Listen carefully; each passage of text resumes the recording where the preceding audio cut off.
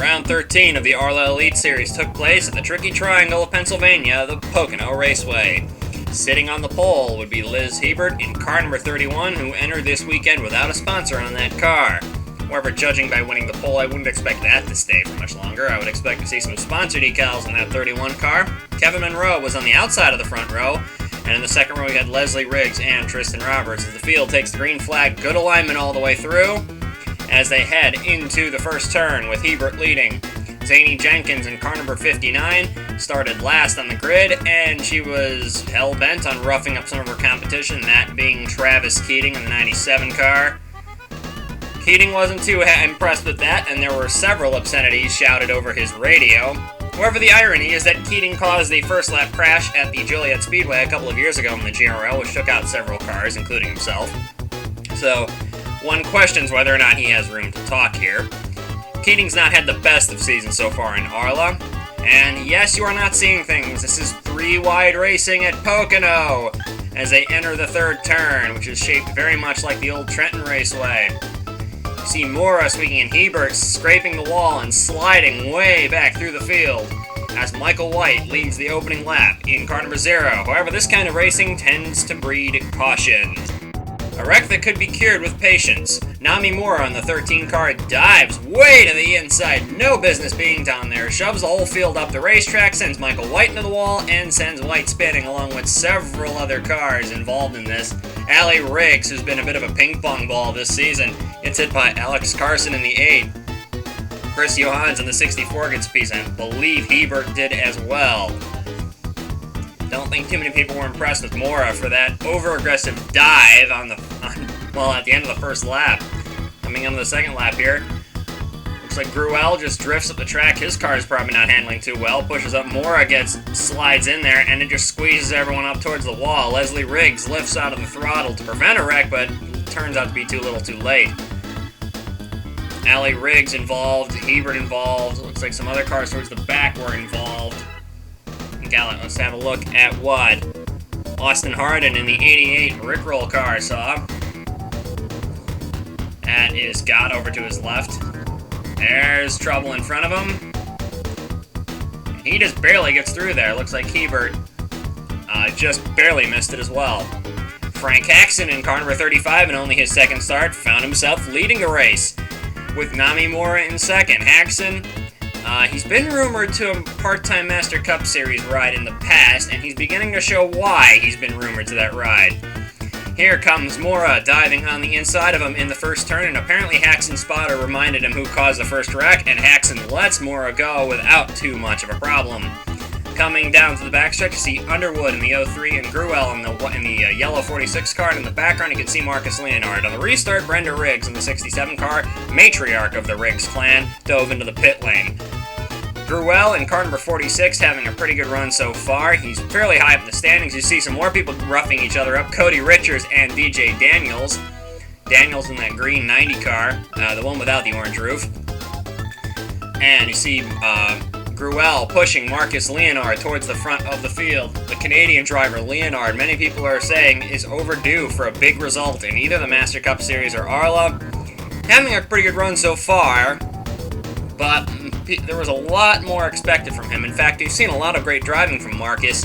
He won the rain race at Daytona, but he just hasn't put the results on the table despite several good drives so far in both series. Here comes Dale Underwood in the 03 car for the lead on the inside of Mora in the 13. There's Leonard in the 78. Coming around turn 3, the rest of the field looks like they're pretty well aligned. Looks like everyone's settled down a little bit, trying to get a green flag run in. Something we haven't really seen too much of. You see a couple cars in the back. That's Alex Carson and Allie Riggs. Both those cars still running, but well off the leader's pace. Underwood still trying to take over the lead. He's not having much luck at doing so, though. On the outside line, you will see a yellow, blue, and red number 76 car. That is Scott Morales making his ARLA debut, taking over the car that has been driven by Lance Andrews and several other drivers. Andrews' development work appears to be working marvels for this team because the 76 car has been running up front ever since Andrews had his stint in the car. Morales having a fantastic showing so far. Another car directly in front of him, the 00 car of Zach Gott, is also making his debut. Kind of hard to see them if they're on the outside line, but here they come down the front straightaway. There is Morales. Second caution was on the 10th lap of the race at the 1/4 mark. Austin Hardin in the 88 car is going to get involved in some more monkey business as Namimura again decides to try to make it 4 wide and creates a big pileup. DJ Daniels goes spinning. Mora goes spinning. Gruel is involved. The 43 of Dallas Dupree is involved. I'll use that shot to sort of get a picture of everybody in there, but let's have another look. Mora forced it 4 wide. Underwood goes spinning. Laura Cyrus in the 42 goes spinning. Neji Huga just barely gets through. I think Keating got through. That's Josh Mertz in the 81. Jenkins in the 59. And that's Kurt Walker in that white, black, and teal car there. Let's have another look from the aerial camera. Looks like Mora just decides to force it 4 wide again, and if I was the officials, I would have called her directly to the hauler, because this is a little uncalled for. Once as bad, but twice as worse. Dupree goes spinning. Mertz just piles in there, and it looks like somebody else got a piece there. I think that was Leslie Riggs' car. Marcus Leonard is probably the luckiest man in this incident. Let's have a look here. That's Haxon who's inside in the 35. There's Mora and Marcus Leonard. Very good at wreck avoidance for the most part. And he's able to squeak through. Here's Josh Mertz driving a car looking eerily similar to the 84 Master Cup Series car. And he, almost makes it through. Not quite. Josh Mertz, a bit of a hard luck driver in ARLA so far. Not had too many big results in this series. And it looks like his day for a big result will have to come another day. Here's Taylor Brillin. See how she makes it through. Or rather, doesn't make it through. She runs into the back of Zany Jenkins' car. And then Brillin does what every other driver does. Uses the grass to avoid the wreck. However, Taylor Brillin decides to take it one step further. Using the access road, Taylor Brillin decides that she's going to do the landscapers a bit of their work for them by cutting the grass. Attention, Taylor Brillin, you are not paid to do that. As she finally gets the message and learns that these cars drive on pavement and lets the rest of the field go by. Oh my. Hinata Hyuga leads on the restart with Mario Franchetti in second place and Marcus Leonard in third, but Scott Morales hanging around in fourth, a debutant driver showing a ton of speed so far. Here comes Franchetti on the bottom in car number 4, taking the lead away from Hyuga's 39 car. The J-Motor team has not had the best of luck in, well, everything but ARLA. But here in ARLA, Hyuga has done a fantastic job driving for them, and it's showing in the point standings. I'm kind of surprised this car doesn't have a sponsor on it, because they have had many strong runs and are currently very high in the championship standings. Morales still having a look underneath Hyuga as Franchetti's Volpe holds the lead. Zach Gott in car number 00, he's making his debut. Here's a better picture of him anyway. The Meltdown Antifreeze car having a very, very strong run. This Gasnier, prepared by McDermott Motorsports and sold to his team, and he's having a great run so far. Here's another man who was a debut winner. Harry Nolan, the 09, won his first ever start at Daytona. Perhaps he could be in line for another debut winner today, as Zach Gott and Scott Morales are certainly on pace to do that. Enola sits back in 14th. Hasn't had much in his ARLA career so far, but he has been a solid midfield driver ever since. Cody Richards in the 53 car, the black car, sweeps up into first. However, that is the 08 car of Benji Flynn saying, no, it's not your turn to lead, it's my turn. Flynn goes up into the lead, but the yellow comes out on lap 16. Earlier we learned that 4 wide doesn't work. Apparently nobody listened as Bobby Porteau and Liz Hebert forced the issue 4 wide and a big pileup ensues. The only car you can clearly see is Marcus Leonard spinning off to the inside. Leonard's luck has apparently run out, but there's a couple of big accidents later down in the wreck. Cody Richards and Benji Flynn getting caught up in there. There goes Leonard off. Enola makes it through. Frank Haxon after a strong one. He goes out of the race, and big impacts from Austin Hardin and Kurt Walker into the side of the number 4 car. Laura Cyrus on the 42 involved, but massive shuns inside to the side of Mario Franchetti's car. We do hope he's okay. I don't have the report on his condition, however. There goes Hebert into the wall. There goes the rest of the field spinning. There's Griffith and Enola getting through it. Looks like Hebert is able to continue on.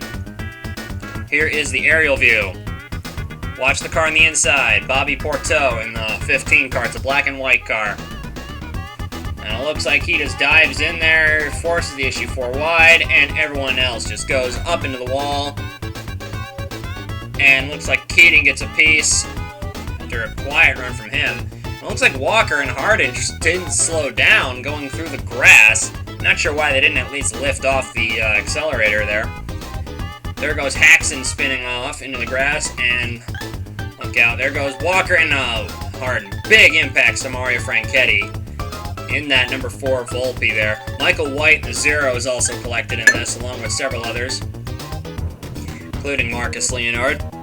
We're going to show this camera because you're going to see everyone spinning. Looks like Anthony Griffith did get into the back of the 78 car. Not sure how much damage to the front end that's done, but at a track like this, if you get the slightest nick of damage to your front end, you can consider any chance of you doing well in the draft toast, which is clearly what today has been all about. Bobby Porteau in the 15 led the field to the restart, with Neji Hyuga in the 11 car. In second and third would be Anthony Griffith. I believe called him Troy once or twice. I don't think there's a relation to Master Cup Series driver Troy, although there may be. Former Master Cup driver, I should say. Harry Essinola takes third place, away from Griffith and the 76 car of Scott Morales. And behind them, I can make out Zach Gott's car.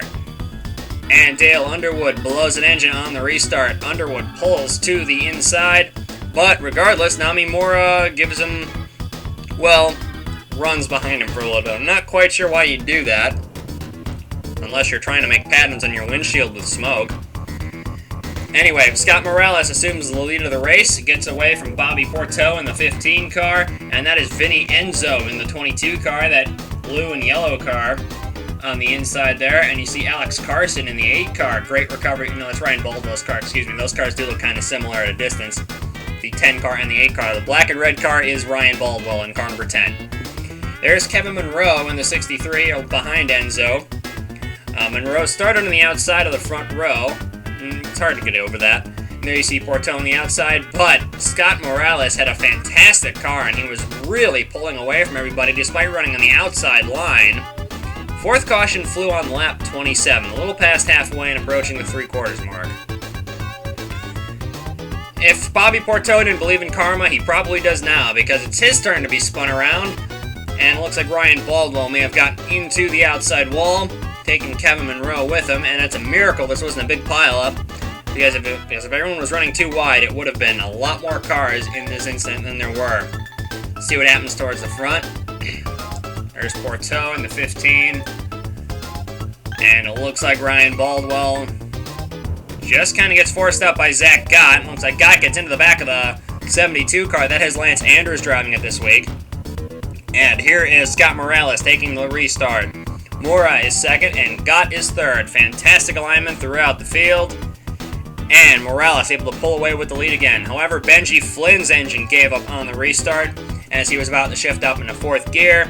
Tough luck for Benji. This team has really sort of gone downhill ever since they fired Kevin Colley rather unceremoniously. So, the number 08 team needs a strong run in the near future, because I don't think their sponsors are too happy about them running so far in the back. Every driver trying to get up into the Master Cup Series has learned to idolize a certain car number 72. However, I'm talking about Benny Dwyer's number 72, the late 6-time Master Cup Series champion and 8-time Carriala 24 Hours winner, with Lance Andrews usually as the co-driver. And when they were running the 24 Hours, they would run Dwyer's number 72, but Dwyer broke up the partnership because he didn't feel challenged enough. Lance Andrews had the opportunity to drive car number 72, and he was earning his right to drive that number because he was having a fantastic run in a car that actually had a bit of front end damage. So was Brenda Riggs, whose early pit stop allowed her to dodge most of the wrecks. Here she is, running very strong towards the end of this race, with Andrews right in tow. Brenda Riggs, very much a short track star, wouldn't expect her to do too well on some of these super speedway tracks, but Riggs apparently taking to them quite well. On board the 72 of Lance Andrews is during the closing stages of the race. That is Morales in front, and Brenda Riggs trying to be the spoiler to his party in second. Andrews holding back in third, trying to see if he can sneak a win here. There you can see a bit more clearly the front end damage. Look right underneath the STS logo. You'll see the hood is actually buckled up just a little bit there. Damage on the 72 car. Caution 5 flew with just 4 laps to go.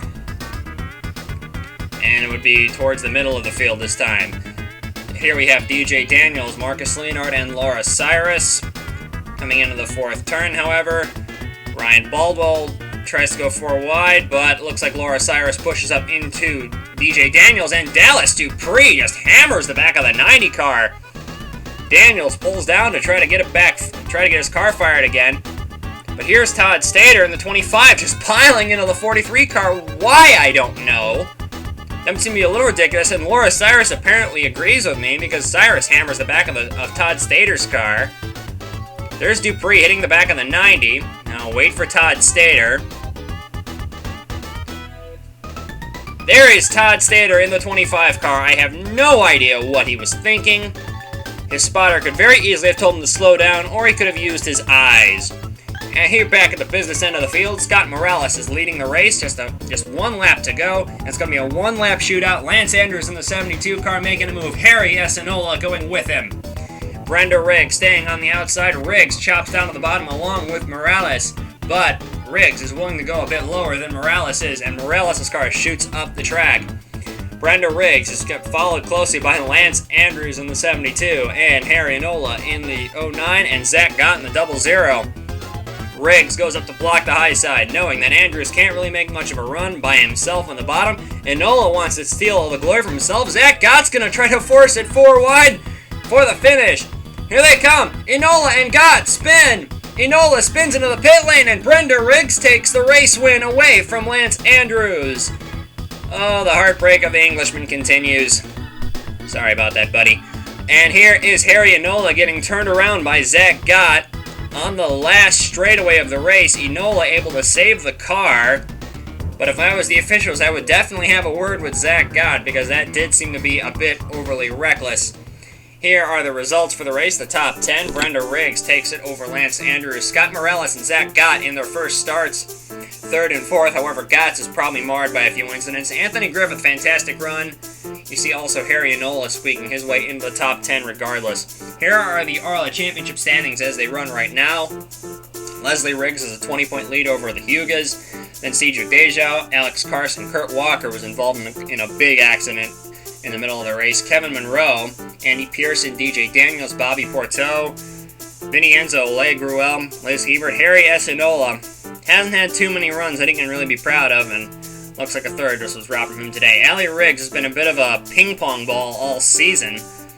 And of course, Taylor Brillin and Dale Underwood round out the top 20.